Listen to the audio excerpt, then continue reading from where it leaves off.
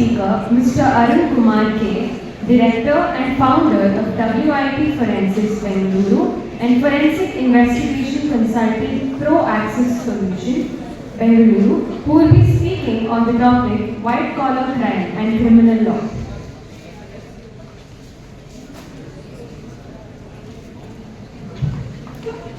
Shri Arun Kumar Kodandarama is Court Commission Forensic Expert and Investigation Consultant from Karnataka, specializing in various areas of forensic science. He holds an MSc in General Forensic Science from Jain University, where he received an Outstanding Performance Award.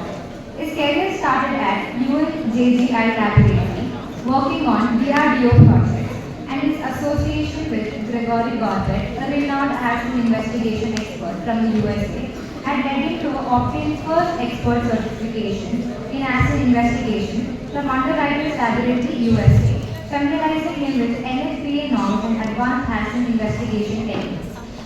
At Cloud Labs, he had quickly advanced to senior scientific officer, handling over 400 cases, including civil disputes and homicides. His training at GEQD Delhi and CFSL and NPA Hyderabad equipped him to serve as an investigation expert and tender expert witness in courts across Karnataka, Andhra Pradesh, Telangana, Tamil Nadu, and Maharashtra. Translation to a corporate sector, he excelled as investigations head at ICICI Lombard General Insurance, specializing in road traffic accident and fire accident related claims. He later led investigations at ICICI Lombard General Insurance, focusing on accident claims. Further, as an independent consultant, Mr. Arun Kumar collaborates with leading private forensic laboratories such as Truth Labs, Pro Access Forensic Solution, Anderson's LLP, Quicksoft Private Limited, Pelorus Technology India, and SIFS. He also partners with prominent insurance companies and cooperative banks nationwide. Spreading his expertise to academics, Sri Arun Kumar K is currently pursuing a PhD in Data Analytics in Cybersecurity and has served as professor at Garden City and Jain University. He mentors forensic science students, delivering expert talks on crime scene investigation and cyber law, forensic physical sciences, digital forensics, cyber security and incident response. Sri Arun Kumar K had recently launched WIT Forensics, a unique forensic education and investigation forum, focusing on excellence in forensic education and investigation services, bridging academia and industry with tailored programs, expert consultancy, and career empowerment for forensic students across India. Now I kindly request Vikrant sir to present the bouquet to our speaker.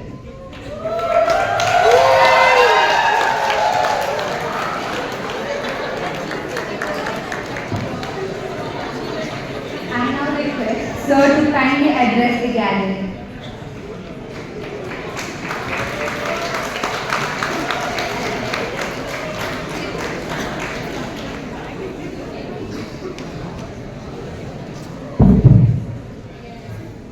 Hi, a very good morning to everyone. I'm glad here and I thank CMR Institutes for me having here. Majority of you might be wondering what is a forensic professional doing here when a seminar is being happening on law much. So before I address that question, I just wanted to hear it from your end. I just have one small question. How do you link up forensics with law? And I'll tell you the reason why I'm asking this. Evidence?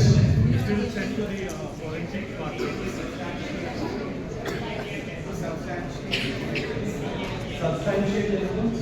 Okay. Any other answers? Criminal profile. Okay, good. Then, anything else? Anything else? So, evidence part will come post investigation, is it? So, what is the role of forensics or law in terms of investigation? The evidence is Apart from evidence, let's say we'll get into a real-time scenario. First, suppose there is a person who has been traveling maybe somewhere near MG Road and then met with an accident. It was a third party mistake that has happened. So this particular scenario, there was the person who was riding bike has actually died, and it goes for criminal investigation. So first it starts with sections, of course, in terms of raising an FIR.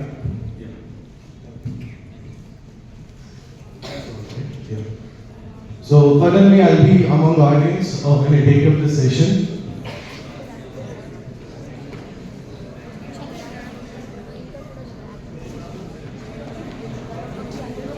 So, in the scenario that I have given, so what is the first thing that you as a person, let's say you are a relative of the victim there, so what is your first instance that you go there, the moment? It's all about complaining, right?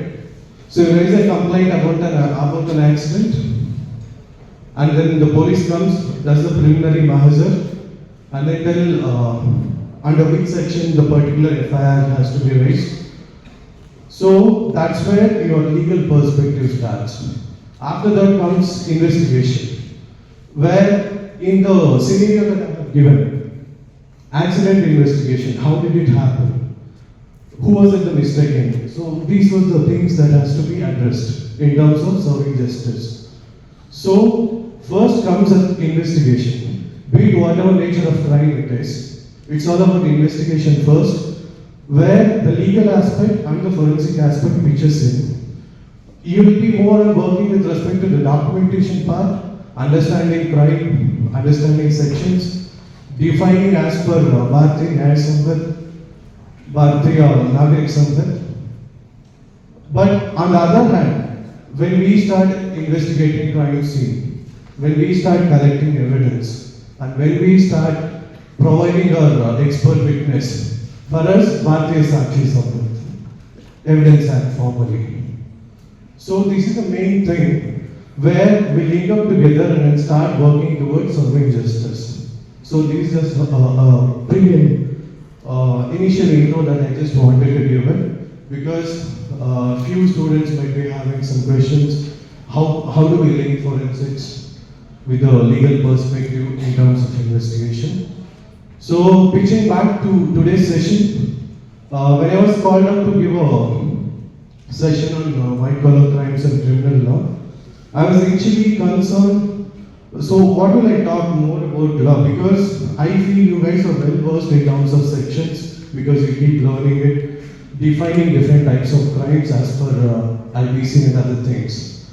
So I wanted to stress more upon the investigative approach, challenges faced during investigation, because that's where it's really important for you guys to understand what are challenges that we come across. Can someone tell me, like, why is it? Why do a lawyer has to understand difficulties that arise during investigation process? Any answers? Yes? Guys, please be interactive. Yeah. Sir, in the course of investigation, there could be many inconsistencies, sir, which could deter the process, and now in the court, due to which an acquittal or in fact even a conviction could happen, and that would deter the process of justice. Thank you. That's a good one. So here, understanding investigation and the challenges faced during investigation will give you leads in terms of your legal court testimony process, be it arguments that gets raised from the defendant's perspective, be it explanation that has to be given from the complainant's perspective. Everything is interconnected with the investigation, because it's all about the instance that we talk about, what has happened, when it has happened. In forensic language, we say it as 5 W's and 1 H, like what, when, where, who, how. So everything that revolves around these questions. And you guys are also trying to give justice pertaining to these questions, addressing each and every scenario for that particular crime. So that way, it is really important for you guys to understand the investigation process, what happens and what challenges that we come across, at the same time understanding how an investigation has to be carried forward. So that's a very important thing. So today's topic, white collar crime and criminal law, I'll be stressing more. I want someone to assist something. I think I need to connect it. Can someone assist me there in changing slides?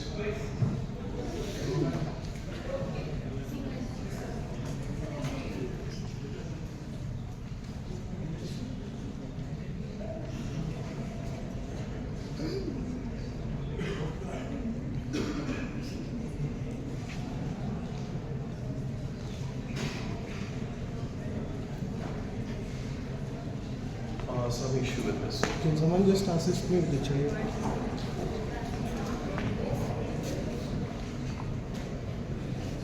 Just go back to the first slide and yeah. So when you look at the picture here, what do you understand? What's been happening there? How many of you say bright? Yes. Reason? Reason? Why not we just say that two persons are exchanging currency there? Pardon? Facial expressions. Very important aspect. Just be at the first page. Facial expressions. So since I quoted that I'll be talking more in the investigation perspective, facial expressions, it's not only for forensic professionals.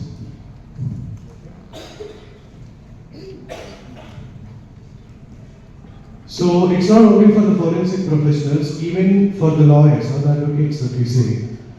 When you start listening to a complainant or a defendant's version of each and every instance that has happened, always look into their expressions, their body language, because that speaks a lot about the facts which they have been hiding. At the same time, you can understand what is being exactly happened in terms of giving instance to their overall, that particular scenario's body language, their facial expressions.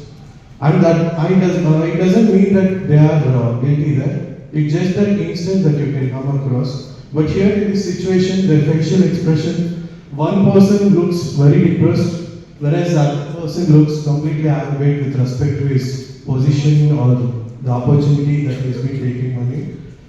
So, addressing this, how do we define a white collar crime?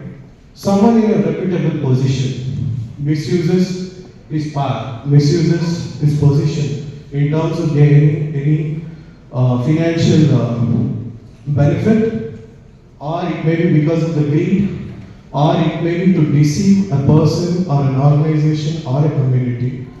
So if they are misusing their reputable position, that's when we call it as white collar crime. So, apart from conventional crime, so what does differ there? Any conventional crime will have certain motives. Can someone tell me what will be a motive for a crime for that matter? I guess you guys might be aware about it. Motives for any crime, because that's where everything starts. Pardon? Money? Revenge? Pardon? Personal interest? Pardon? Will? Evil will? Okay. Any other answers? Greed? Okay. I would say the basic human emotions, whenever a person's emotion gets disturbed by someone else, crime happens. At the same time, as you all said, money. Because the entire world revolves around money first thing, so the crime happens. So here, when it is financially related, when it is related to a non-offensive or it doesn't involve any physical attack or assault, but still it damages a person's or company's reputation when this is being done by their own person. Then we categorize it into some crime. So, on a general scenario, if any person misuses their overall power or position for any of these benefits that's been listed there, then we address it as white collar crime, and it does also includes breach of trust. So, talking about the historical perspective, what do you understand looking at it? Pre-independence era? Pardon? Yes, exactly. We have been ruled over for 300 years. So what did they exactly do? We have been taught right from schools telling that they have damaged our education system, they have damaged our resource, everything. But have you ever given a thought? How did it happen? How did few bunch of people who traveled from far away nation could captivate the entire country and make us slaves there? So there are some process involved. There is a systematic approach that's been involved. So here, the white collar criminals with respect to this situation is the East India Company or British, whatever we call it as. So initially they started with the colonial exploitation. They started dividing us into colonies and they exploited all our resources. They exploited the entire money, power, human manpower, whatever that's been there. They started dividing it as per colonies and then exploited, and they exported it according to their nation's development. So first thing was the colonial exploitation. Bureaucratic corruption. Of late we talk a lot about corruption nowadays, maybe from past 10-15 years. But it started back then, before pre-independence era, where Nawabs used to get corrupted because of the money or because of the power that's been given by these East India companies.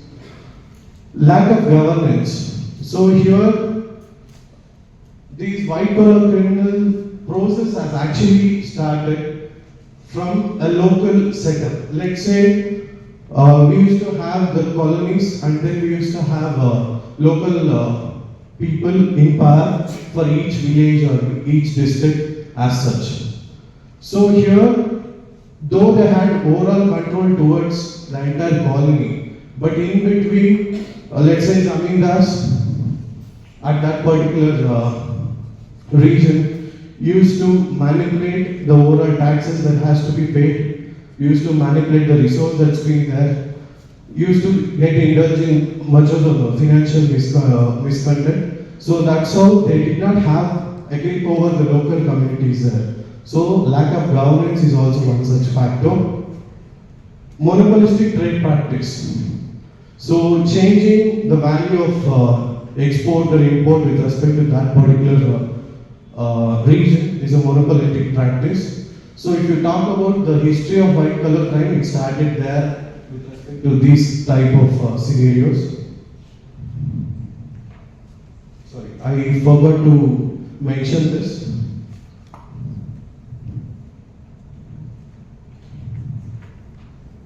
Yeah.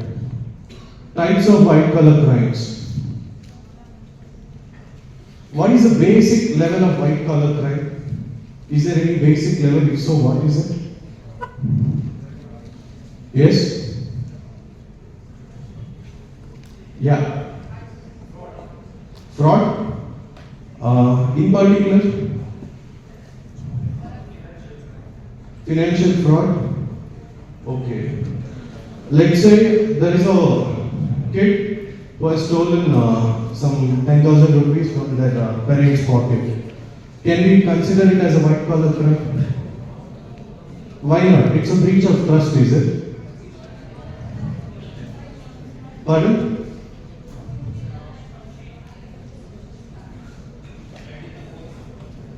But the definition says breach of trust.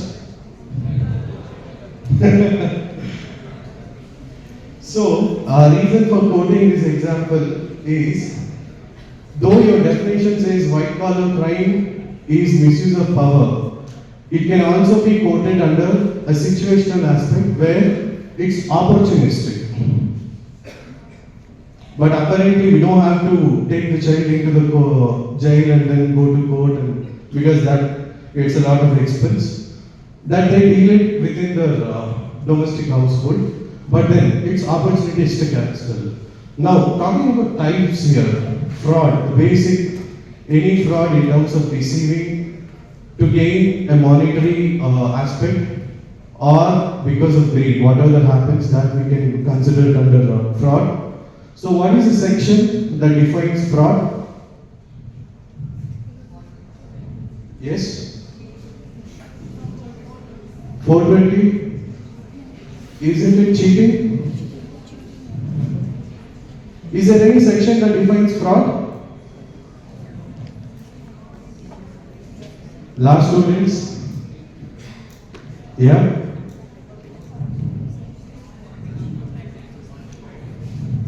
You have an answer?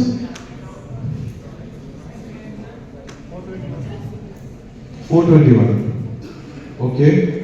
So what does that define basically? Defines the fraud.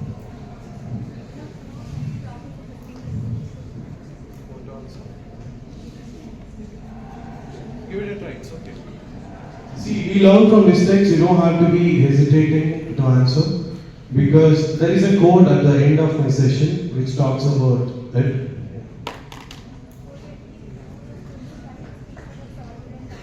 Exactly, 425. It talks about fraudulent act, which includes all your cheating, manipulation of data, manipulation of facts, basically.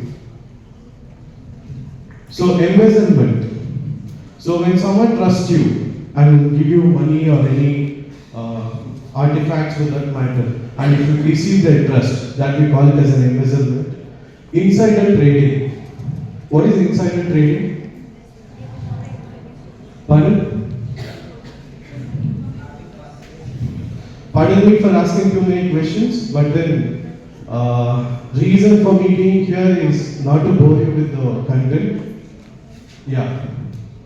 Insider trading. The name itself suggests. Exactly. When someone internally within an organization sells or decodes the secret that has to be kept within the company, that's insider trade, that's one such aspect. Bribery, the common thing that's been seen, that we keep seeing on our day-to-day life. If you jump traffic signal, instead of paying a penalty of 500, you'll give 100 rupees and the police accepts it and then you get away with the crime there. So in one or the other way, each one of us are encouraging it. Cyber crimes. So anything that's been done on an online media with the help of internet, a computer or any electronic device, in terms of deceiving people's trust, people money, or emotionally damaging them, then again it's a white collar crime, being at a reputable position. Money laundering. Foreign exchange, in short, I could say, converting your black money into reproducible money, wherein you can actually spend it on an official note in the name of certain fake companies or offshore accounts for that matter. That's your money laundering. Tax evasion. Majority of the employees who deceive government escaping from the basic tax payments, giving some fake land rent bills or medical bills for that matter, gaining benefits out of tax. So that's tax evasion. Ponzi schemes. What is this Ponzi schemes? Ever heard of it? Someone?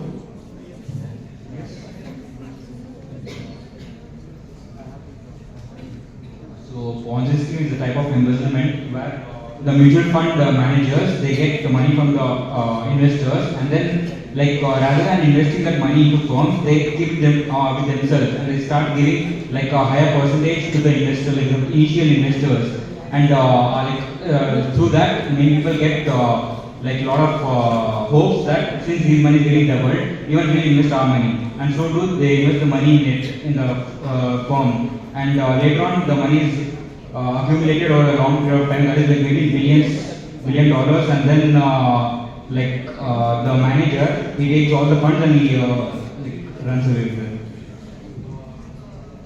Closely correct, but then a small change here in terms of investment. For any investment, we do require some initial people who gets attracted towards it. So new investors keeps investing money and they use it for doubling the amount of the existing investors. So what happens when the amount of new investors get decreased? Then the situation is at stake, right? They go bankrupt. So that's when they change into this fraud where they take away all the money and then they escape with it.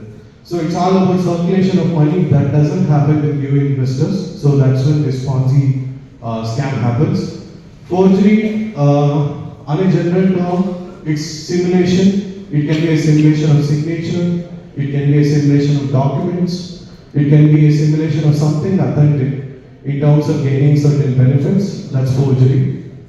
Counterfeiting, copying the exact authentic version of it. So what is the difference between forgery and counterfeiting?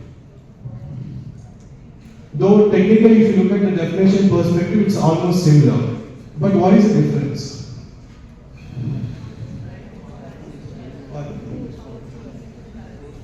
Only currency? Does counterfeit deals with only currency? Yes? Pardon?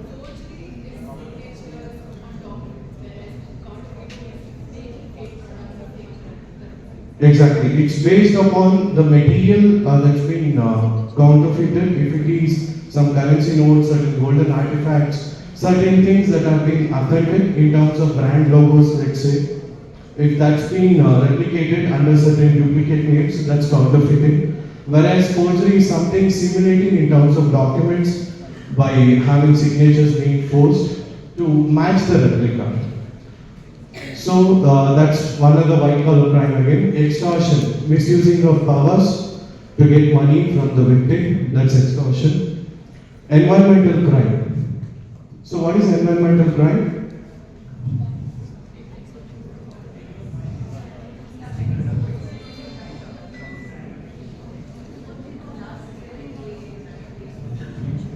Exactly. When you have multiple branches, when you have a large business, people often tend to gain a financial benefit in terms of misusing the data within that particular community. So that's your environmental crime. So what do you look when you look at this picture? What do you understand? Spider-Man, seriously?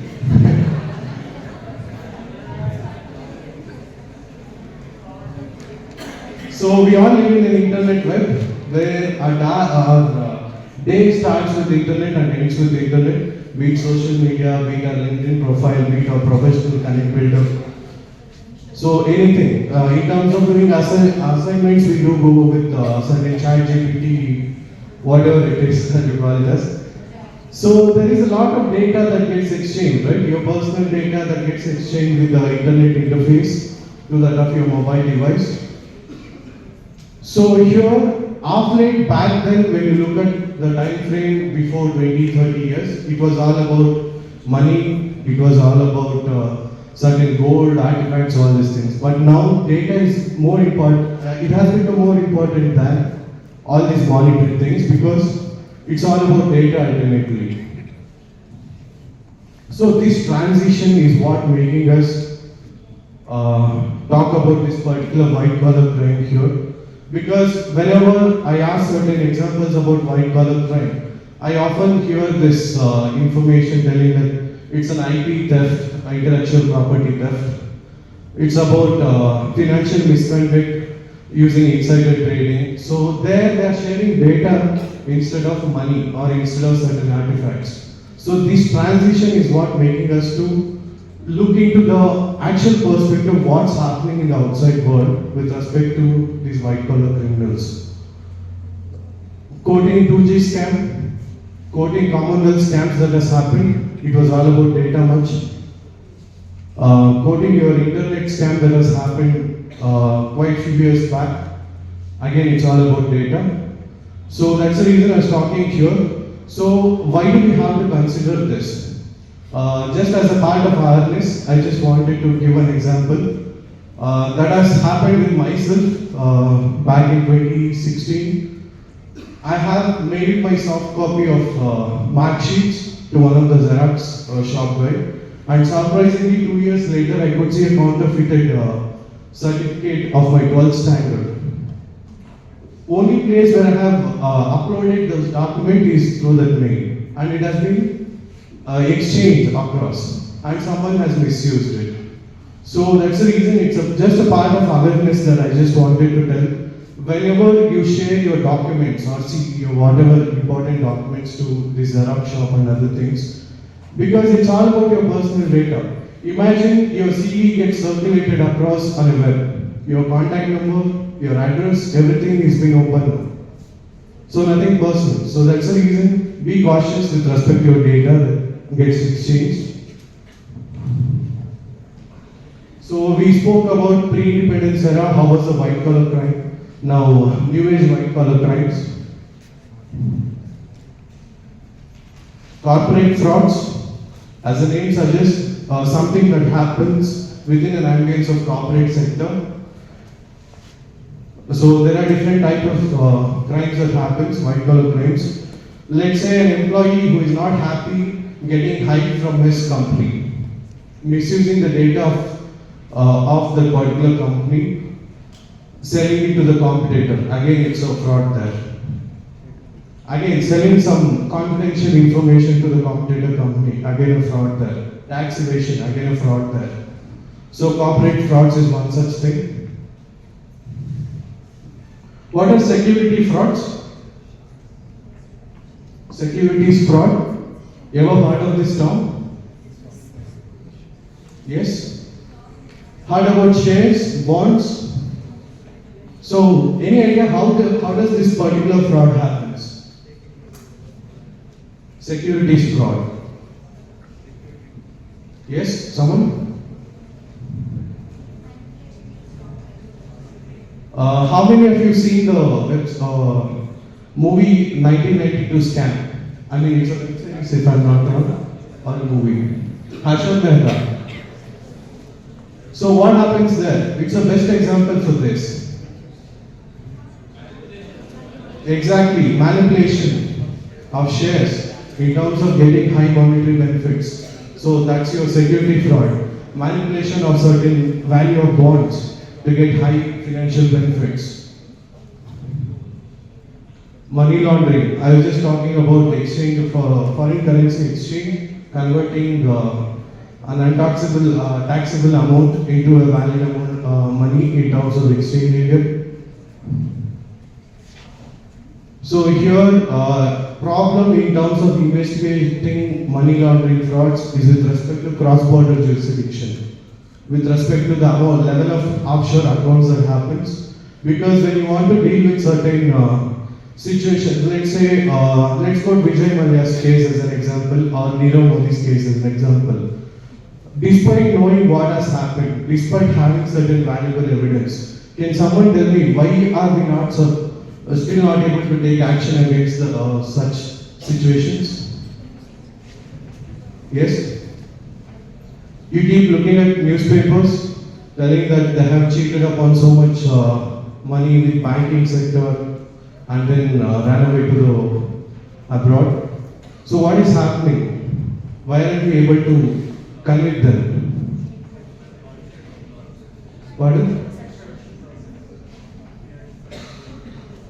So the extradition process between the country, like all the scammers, they went to UK because of the complex extradition process between the countries. Yeah, important thing is that I was just quoting about cross-border jurisdiction, certain loopholes that's been there with respect to our area of judicial process to their judicial framework that's been there. They are using those loopholes. So their biggest challenge in terms of investigating this money laundering frauds or global trading frauds is because of this. Insider trading, I was just talking about it, happens within a company where an important share or trade related documents gets exchanged with the competitor company, causing damage to the company there. Cryptocurrency frauds. So, a completely modern fraud that's been happening. Can someone tell me a few cryptocurrency frauds that you have come across? Yes? Never heard of this term? Cryptocurrency? What is cryptocurrency, first of all? Yes? Digital coins, bitcoins. Okay. So, what is the difference between your regular currency to that of your cryptocurrency?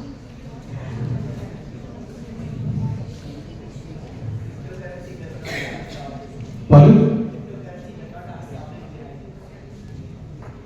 Exactly, because everything gets exchanged within a dark web. Main thing. You guys have heard of dark web? So all your human trafficking, pornography, everything happens within your dark web ambience. So with advanced technological thing, like we have moved to exchange of currency from a regular notes to bitcoins, which is nothing but digitized form of currencies that gets exchanged. Irrespective of borders between the countries. It's a digitized form of currency. So that's where these frauds, be it ransomware attack, be it phishing attack, there are different types of cyber attacks that happens in terms of performing these type of cryptocurrency frauds. So, after getting to know about types of fraud that happens with white collar crime, let's understand the characteristics. How different it is from the regular conventional crime that happens. Non-violent, it doesn't include any type of weapons, no bloodshed seen, but the damage or the impact that's been created by white collar crimes is equally to that of conventional crimes. Deceptive and intentional. Majority scenarios, all reputable people who have been misusing their powers, they know what they are up to. Intentionally, they have been decepting their position and then getting certain benefits. Financial misconduct. Manipulation of data within a company being an employee to steal away some money. So it's all about data manipulation, be it related to certain transaction that has happened within the company or any logistics support that's been there. Occupational context. When you talk about white collar criminals, it's all about occupational context. At what type of environment they have been working. Let's say, can a police be a white collar criminal? Yes. How about a doctor? How about a lawyer? Yes. How about a forensic professional? So what is that? Though everyone falls under this particular category in case if they commit crime, quoting it. So what is that making it different? It's their occupation. It's their chance of getting benefits misusing their powers. Let's say if a doctor has to get a monetary benefit. Scenarios might be changing or causing harm to some person who has been undergoing treatment under him, changing postmortem reports. If police has to do it, changing the entire investigation report. If the lawyer has to do it, deceiving a person or a complainant in terms of their testimony process. If a forensic person has to do it, deceiving the entire evidence analysis process. So it's all about occupational context. Ultimately getting some benefit which he or she is been looking for.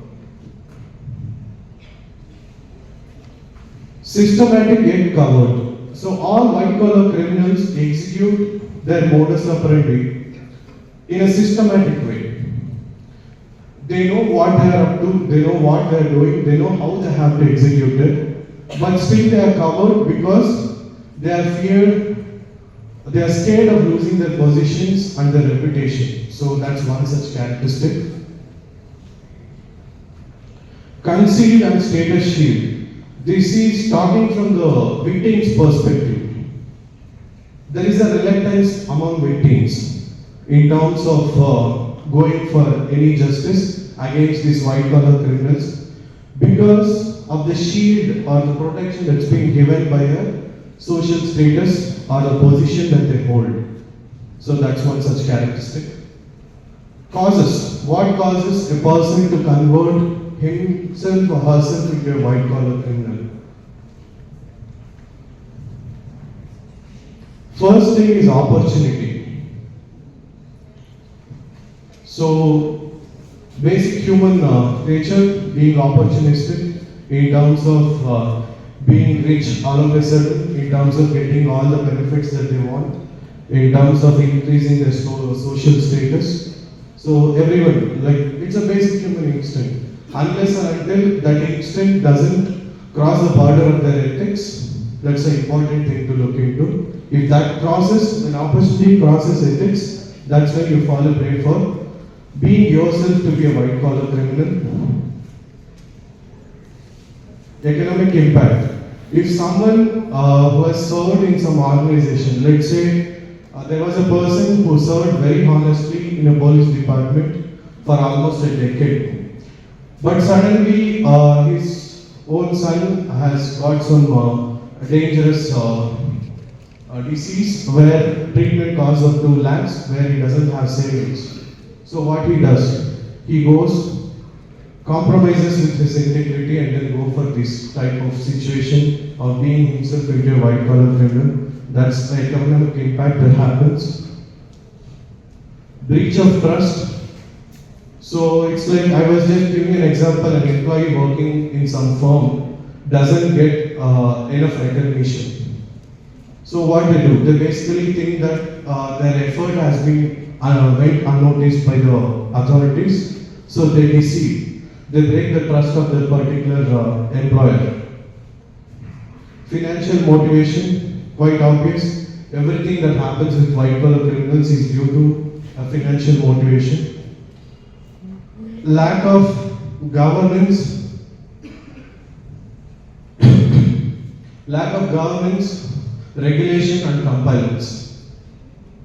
So let's say some big organization doesn't have good hold upon their entire process at different branch levels, at different levels of their business or domains.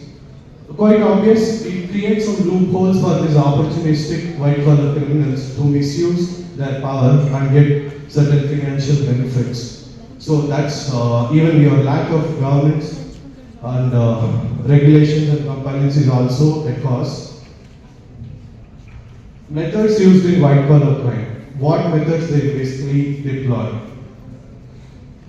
Exploiting new technologies. Of late, due to our transaction of data, transaction of money being globalized. Of late, due to our mode of connectivity has been increased from 2G to 5G, from basic letter communication to cyber world. Exploiting these technologies. Best example is the Bitcoin fraud. Bitcoin fraud or cryptocurrency fraud. Identity theft. There was one important case related to identity theft where a person fought for years just to prove that he was alive. When court declared him as dead. What was that case? Happened in Bihar. Heard of the case? Yes? Okay, someone remember the name? Okay, can you tell me what happened in the case? Just share how much you would. So in this case, basically a person was declared dead by, I think, one of his relatives to acquire some property, and then he had to fight. For an insurance related. Something like that maybe, and then he had to continuously prove that he is not dead, he is alive, and he ran from office to office to establish documents and all. Basically, that's what I know. Exactly. Pardon me, even I don't remember the name, but I know the instance what it is.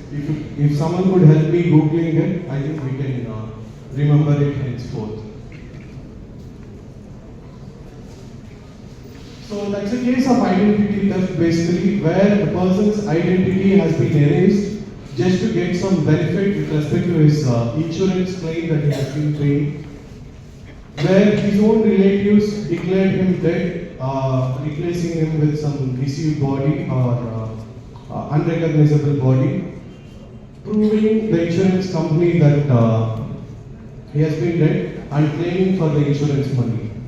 So it literally took him nearly 11 years, if I'm not wrong, for the court to believe that he was alive and he was a person who has been declared dead. So it's one of the recognizable case.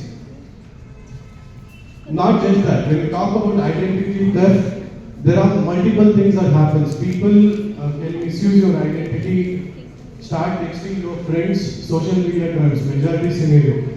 A person keeps Virat Kohli's face and texts someone else, that doesn't mean that Virat Kohli has texted someone, right?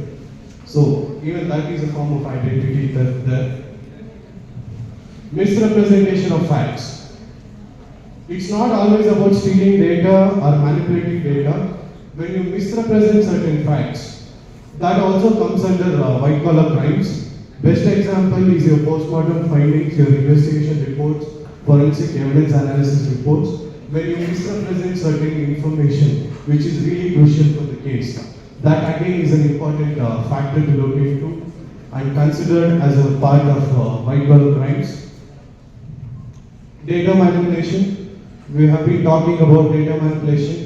More in context with forensic accounting, auditing related stuff, where a CA or a forensic auditor manipulates certain data to get some money or financial benefits. That's one such example. That's one such method that someone can look into.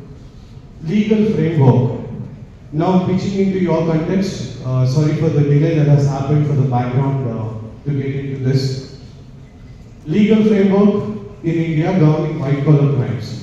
Can someone tell me how do we deal with legal framework pertaining to white collar crimes? Any idea? Do you have any specified governing bodies? Pardon? On a state level? Yes. Okay. Then?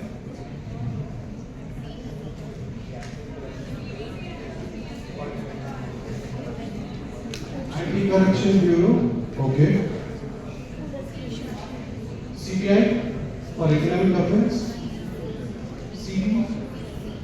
CDC. Pardon? Okay, next. So talking in context with BNS, Bharatiya Nyaya Samhita. So what is the framework that's been seen in terms of dealing with white collar crimes?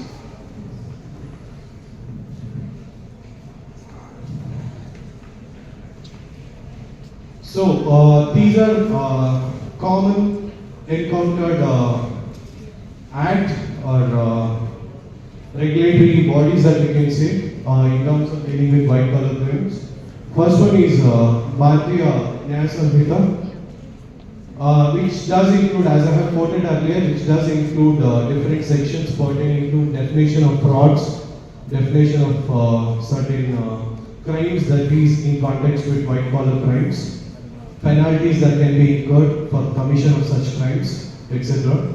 Next is your PMLA, Prevention of Money Laundering Act, introduced in 2022, focusing on preventing money laundering activities, and also having a connect with law enforcement agencies in addressing such crimes related to money laundering. Companies Act for corporate misconduct or anything that happens that under the corporate ambience. SEBI regulations, basically aimed at preventing certain crimes related to trading, related to security frauds. So it comes under Ministry of Home Affairs, which investigate these kind of crimes. So framework, like how does PNS framework work in terms of addressing white collar crimes? I have just defined it within three simple points. First one is identification and definition. Because as I said at the beginning of my session, before even investigating or before even providing justice, you need to understand what crime is it, how it has happened. So what process has to be included in terms of understanding the crime. So that's your identification and definition, where your PNS basically defines fraud, embezzlement, or any type of white collar crimes, and then give you a guidance in terms of how to investigate that particular case in accordance with your law enforcement agencies. So that's your identification and definition. Regulatory framework and penalties. Any changes that's been needed in advanced type of crimes in white collar crime scenarios. What type of penalties that has to be incurred for what type of crime, so that gets defined under your BNS. Then having connected with law enforcement in terms of providing justice with a valid evidence analytical report. That again comes with respect to your BNS. Just few basic sections related to white collar crimes. 403 talks about false pretenses. 465 conspiracies related to financial misconduct. 402 fraudulent devices, any device that's being used with respect to your or any type of schemes that talks about the violation of reputable position in terms of causing financial misconduct.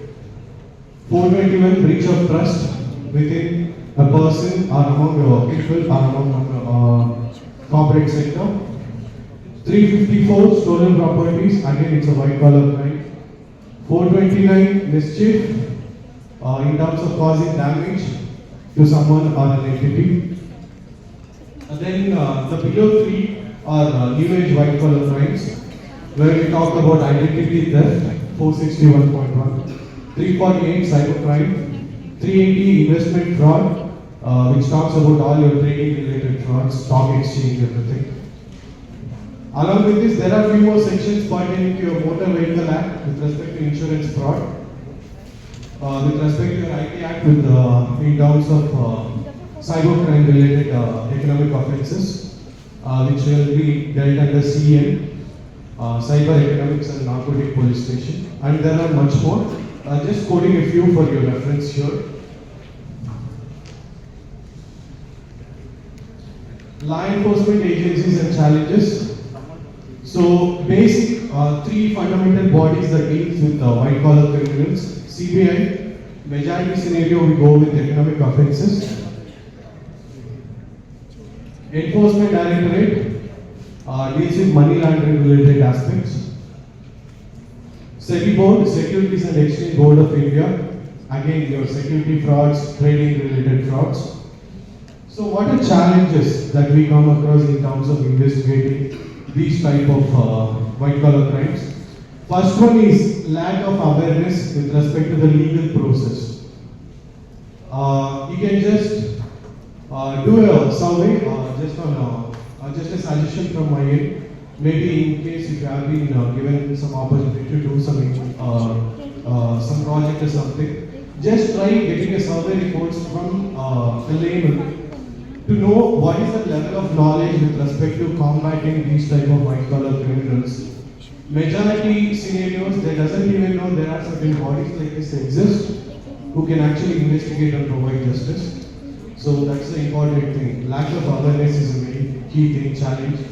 Where unless people recognize this and comes up with a complaint, only then they can go for investigation, right? If that doesn't happen, on the first time itself it's a failure. So awareness is a main concern. Complexity of laws to navigate legal framework. You know, legal framework itself is quite complex. We have certain subsections, sections defined for each type of crime. Understanding it takes a time. Addressing the issue will take a time. So these type of thing has to be assisted by you people, lawyers basically. Long legal process, yes, quite obvious. We do get delayed because of certain unforeseen circumstances or at times intentional circumstances too. where hearing gets postponed every time unless and until there is been a compulsion that the case has to be closed as early as possible with all technical evidence possible. So this long legal process is one such hindering factor for people to come up and then raise a complaint against these type of issues. And again, I was talking about status shield where they misuse their powers in terms of threatening people not to go and complain against them despite causing these type of crimes.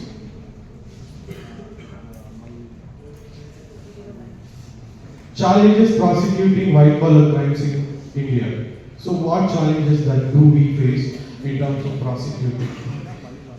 Complexity in transactions. If, since majority of white collar crimes are related to financial misconduct and data manipulation with finance related aspect. So the complexity that's been involved with respect to cross-border jurisdiction or with respect to exchange of money in terms of cryptocurrencies and other things. So that's really important to look into. This complexity has become a biggest challenge to identify the technical assistance required to address these type of investigation perspective. Lack of awareness, I was just talking about it. So it's all about people being aware about what type of law enforcement agencies we have, what type of sections that defines these type of crimes, what is the regular penalty that has to be incurred to a person who has actually committed such crime. Evasion tactics. So let's take money laundering as an example. With evasion tactics, majority scenario they go with offshore accounts where bank will be somewhere in some other country and they exchange currency there. And to deal with that, we need certain specific guidelines, certain process of permissions required to investigate such claims. Prolonged legal process, I was just talking about it. Hearings getting postponed for maybe valid evidence, maybe because of attendance of suspect or accused or whatever it is. So there might be different reasons every time the hearing getting postponed. Inadequate resources. Here I would like to quote about the technical disconnection between the legal body to that of the investigation body, where as a forensic professional, I know what all tools to use for investigating certain cybercrime related frauds with respect to white collar criminal. But then in terms of addressing this and proving it in the court of law, a lawyer should equally understand the level of technical expertise required. That doesn't mean that they should know everything, but at least on a basic level, during the open court testimony, they should be able to understand and question the pros and cons of it so that it gets sorted easily and the case gets convicted as early as possible. So the technical disconnect is one such factor which can be a challenge. Legal loopholes. So there are certain legal loopholes within our legal framework where the criminals actually misuse it and then get away with the crime that they have committed. So that's one such challenge. Victim reluctance, maybe because of fear, maybe because of threatening, or maybe because of certain monetary benefits offered to the victim. They don't come up and complain against the laws that have incurred to them by certain white collar criminals. So that's one such challenge to look into. So, further, ethical considerations in terms of investigation. What do we have to consider with respect to the ethical perspective? First thing is maintaining the integrity of evidence, which is the biggest question in our country. Second thing is transparency. Be it whatever crime it is the investigation transparent? How many of you believe that investigation is transparent with respect to certain serious crimes that happens within India? Can raise a hand. Is it transparent? Okay. Is it supposed to be transparent? How many say yes? Investigation has to be transparent. Yes? I know you guys might be tired waiting for lunch, but please do support me. Yeah. Is your investigation process has to be transparent?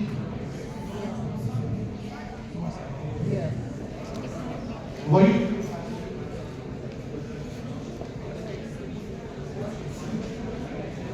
Because people should know what is happening. Is there any limitation for a transparent investigation? Quotation wise, yes, but there should be a limitation in terms of not revealing victim or accused identity. Then, what are other considerations, ethical considerations?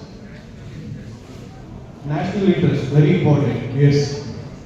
So there are certain limitations that we need to consider, though those limitations has to be considered, but the investigation has to be kept transparent in terms of proceedings, what is being happening.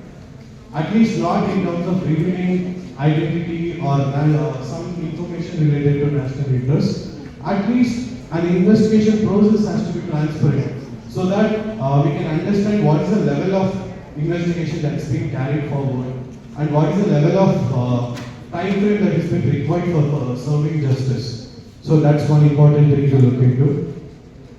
Then what is your role as a legal practitioner? What is your role in terms of white collar crime investigation? First one is with respect to your advice that you're going to give it to a person or a victim, and then explain them what is the legal framework that they has to undergo, what sections, what type of documentation procedures required, what type of evidence has to be collected, and hearing what support has to be given in terms of giving their statements, be it written statement or whatever type of things that they have to look into. So this is your role where you have to support the victim in terms of understanding white collar crimes and sections pertaining to it, and the overall legal process that has to be carried forward within that particular scenario. So this was the case that I was talking about. Just a case study as an example. We have multiple case studies if you go to India Kanun. I think you might be aware, you might be looking into India Kanun quite often being law students. We have different n number of case examples. This was Ashwin Mehta's case where he manipulated banking sector funds, looted nearly 2,000 to 4,000 crores, impacted entire nation's stock market. So what happened later and all those things has been given. I'll be sharing the PPT also for your reference. And apart from this, there are multiple case studies, 2G scam, Commonwealth scams. The city recently investigated a scam related to ongoing. There has been some other scam related to our State's Chief Minister. We call it as Moda Hagarna, a land dispute scam. Again, misuse of power there. So just keep yourself be completely aware about what is happening with respect to your particular line of investigation for these type of crimes, so that you can self-evaluate yourself to understand what has to be known further for your betterment in terms of career. So I was talking about one quote which I believe a lot in terms of discussion. The reason for having this discussion is because of that. So it's all about the more you discuss, the more you progress. Then I might be wrong in certain things which you can educate me in terms of legal framework. So it's all about exchange of thoughts and then walking towards progress. So I'm open for Q&A now. If you have any questions, you can just let me know. Questions pertaining to investigation process. If it is legal process, I may pardon your time for some time and then I will get back with your answers. Questions pertaining to your investigation process, you can ask now. No questions? I think you all waiting for me to leave. Yeah. If there are no questions, I'll wind up the session.